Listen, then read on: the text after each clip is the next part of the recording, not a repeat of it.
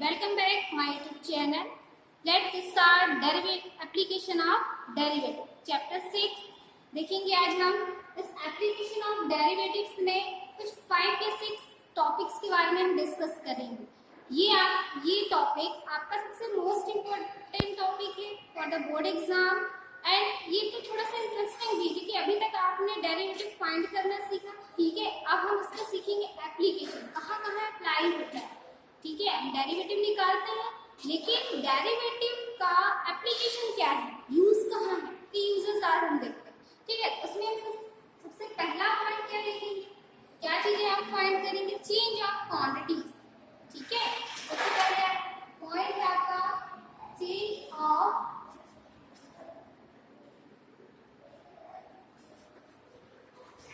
rate of change of quantity, okay. ये आपका first topic है इस चैप्टर का, rate of change of quantity, ठीक है। इसके बाद सेकेंड टॉपिक है आपका equation of slope and tangent,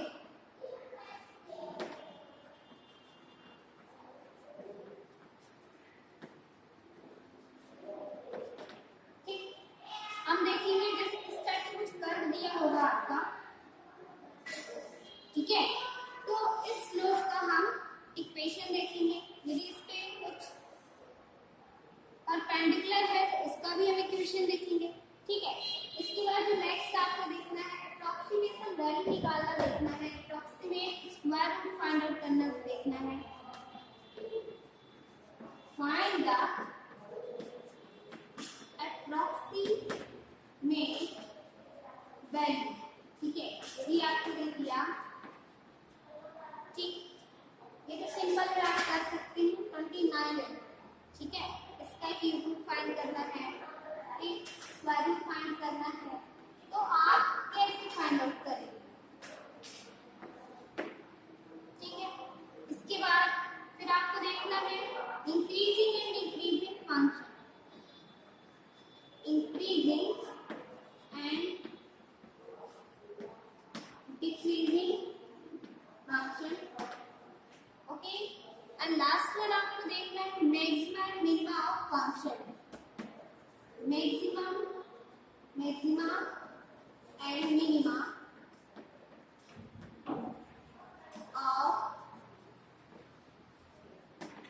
function, okay student. In topics के बारे में हमें डिस्कशन करना है, वन बाय वन हम देखेंगे।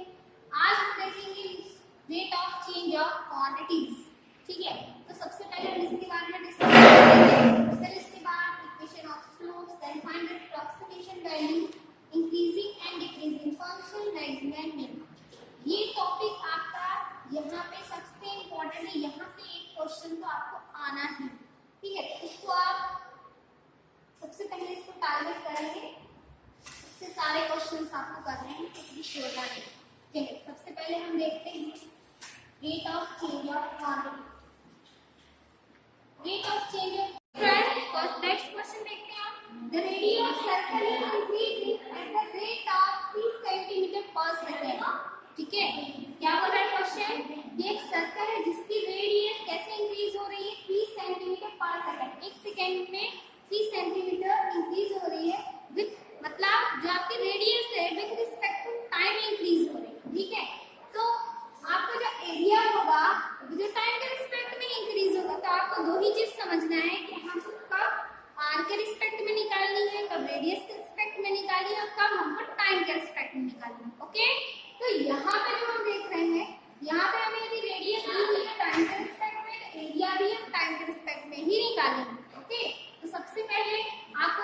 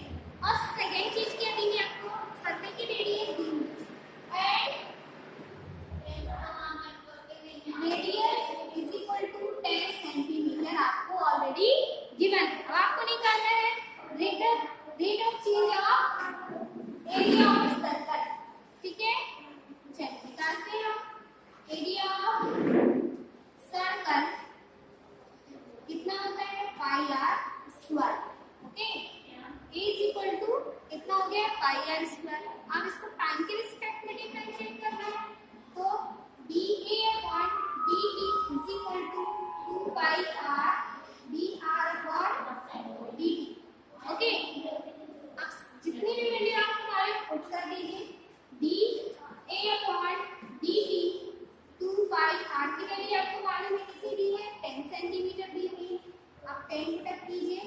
डी अपॉन dt की भी वैल्यू आपको मालूम है कितनी दी हुई है 30 सेंटीमीटर पर सेकेंड दी 20 सेंटीमीटर, ठीक है। मल्टीप्लाई कीजिए 3 टू जा 6 6 10 जा 60 dA upon dr is equal to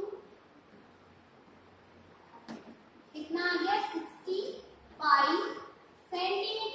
area है तो centimetre square upon second, okay, centimetre square upon second. या कि आपका rate of change of area of circle is equal to 65 centimetre square upon second, okay. ऐसे ही second question देखेंगे हम, the volume of a cube.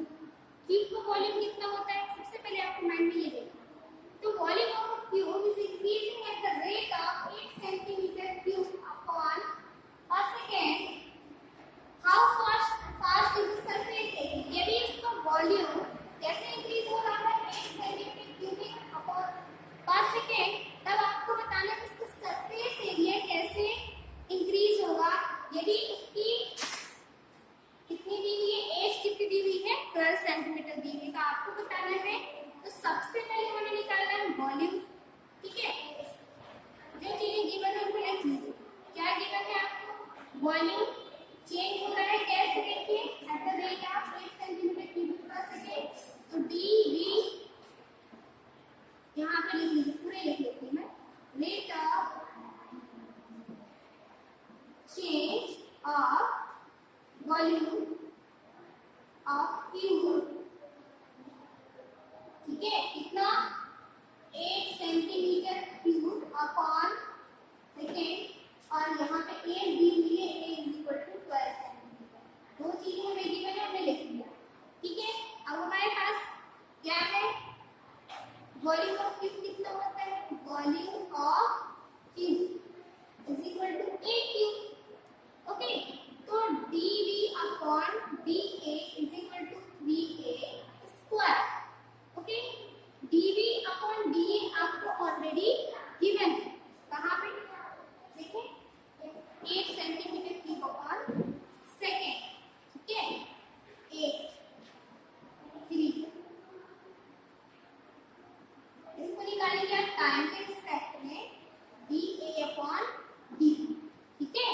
Time के respect में क्यों निकालेंगे आप, क्यों, क्योंकि आपने यहाँ पे क्या दिया हुआ देखिए 8 सेंटीमीटर क्यूब पर सेकेंड। तो हमें यहाँ से देखना है कि हमें किसके रिस्पेक्ट में निकालना है। यहाँ पर तो टाइम के रिस्पेक्ट में पहले ही दिया हुआ, तो आप इसे भी टाइम के रिस्पेक्ट में निकालेंगे, ठीक है। तो a की वैल्यू यहाँ पे पुट कर दीजिए, a की वैल्यू दी है 12 और d अपॉन dt की वैल्यू हम यहाँ से फाइंड आउट कर लेते हैं। कितना हो जाएगा देखते हैं,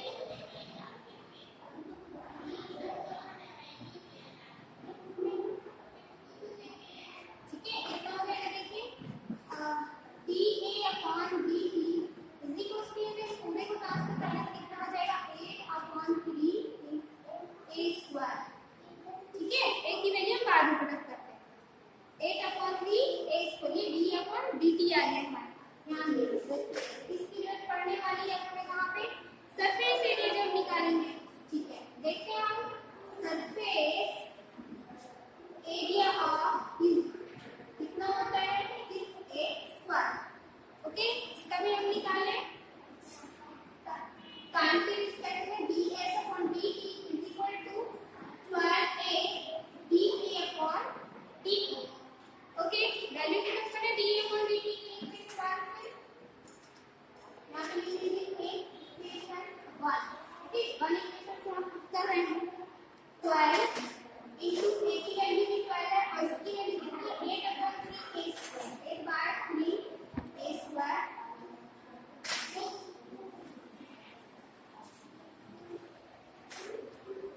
इसे ऊपर देख लेते हैं कितना है आपके पास 12 into 12, okay, into 8 upon 3a square. इसको अभी थोड़ी देर के लिए भी आप पूरी वैल्यू रख दें, ऐसे कैंसिल आउट हो जाएगा, तो आपको 8 की वैल्यू, ठीक है। चलिए देखते हैं हम 12 into 8 अपॉन 3 और a की वैल्यू कितनी है 12, 12 से 12 कैंसिल आउट, कितना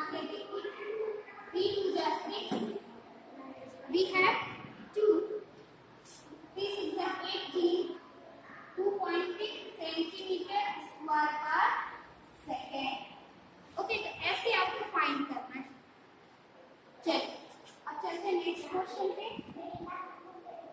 आप चाहे कितना भी आंसर इसमें दे सकते हैं, ठीक है।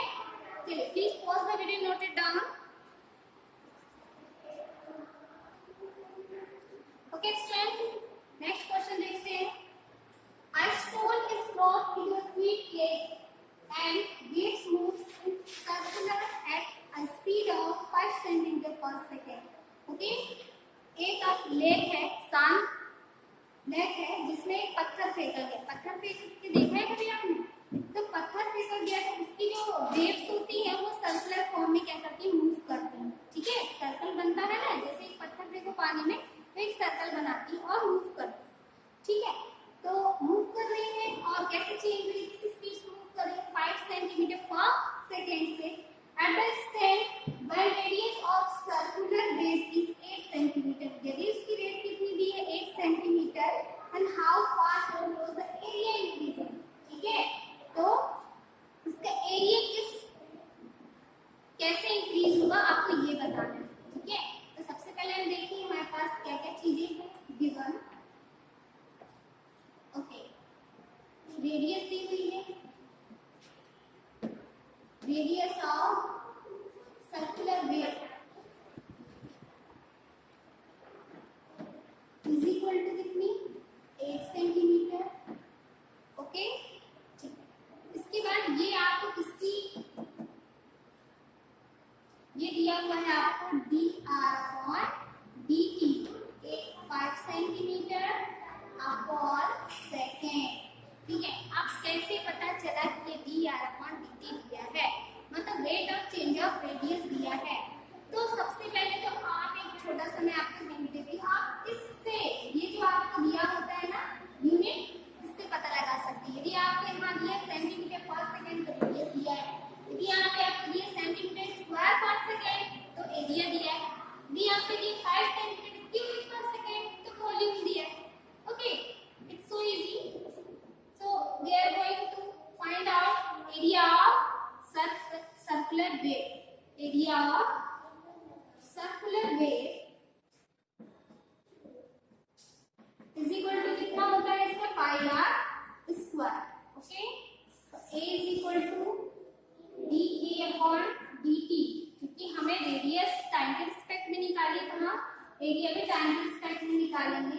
तो 2 pi r dr upon dt। Okay, 2 पाई r की वैल्यू आपको ऑलरेडी गिवन है 8 सेंटीमीटर, पुट कर दीजिए, एंड dr upon dt की भी वैल्यू दी है कितनी, 5 सेंटीमीटर पर सेकंड। कितना हो गया, 8 5 जा 40, 40 2 जा 80 पाई, 80 पाई। अब चूंकि हम क्या निकाल रहे हैं, एरिया, क्या लिखेंगे आप, सेंटीमीटर स्क्वायर पर second.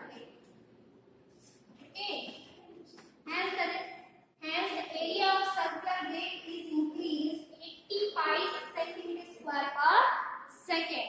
Please pause the video and note it down. Okay, student. Next question देखते हैं। The radius of circle is increased. मतलब आपको पहले ही दे दिया है कि रेडियस इंक्रीज हो रही है at the rate of 0.7 centimeter per second. ठीक है, then what is the rate of increase of the circumference, ठीक है। तो इसके सर्कमफ्रेंस में क्या इंक्रीज होगा वो आपको बताना है। तो सबसे पहले आप देख लीजिए कि आपके पास है क्या, we have dr/dt is equal to 0.7 centimetre per second, okay, and r is equal to 4.9 centimetre. Okay students, तो सर्कमफ्रेंस ऑफ सर्कल क्या होता है, circumference of circle is equal to 2 pi r. Okay,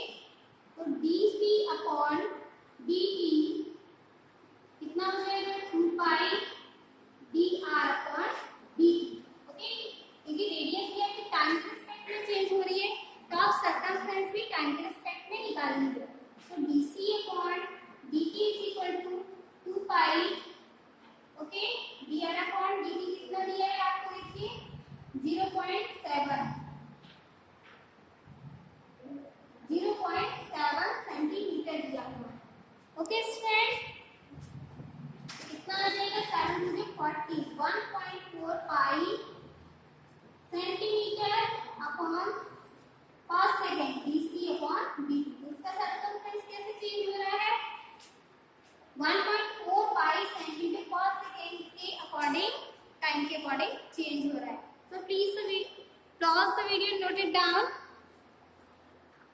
Okay students, next question देखते हैं. The length x of a rectangle is decreasing.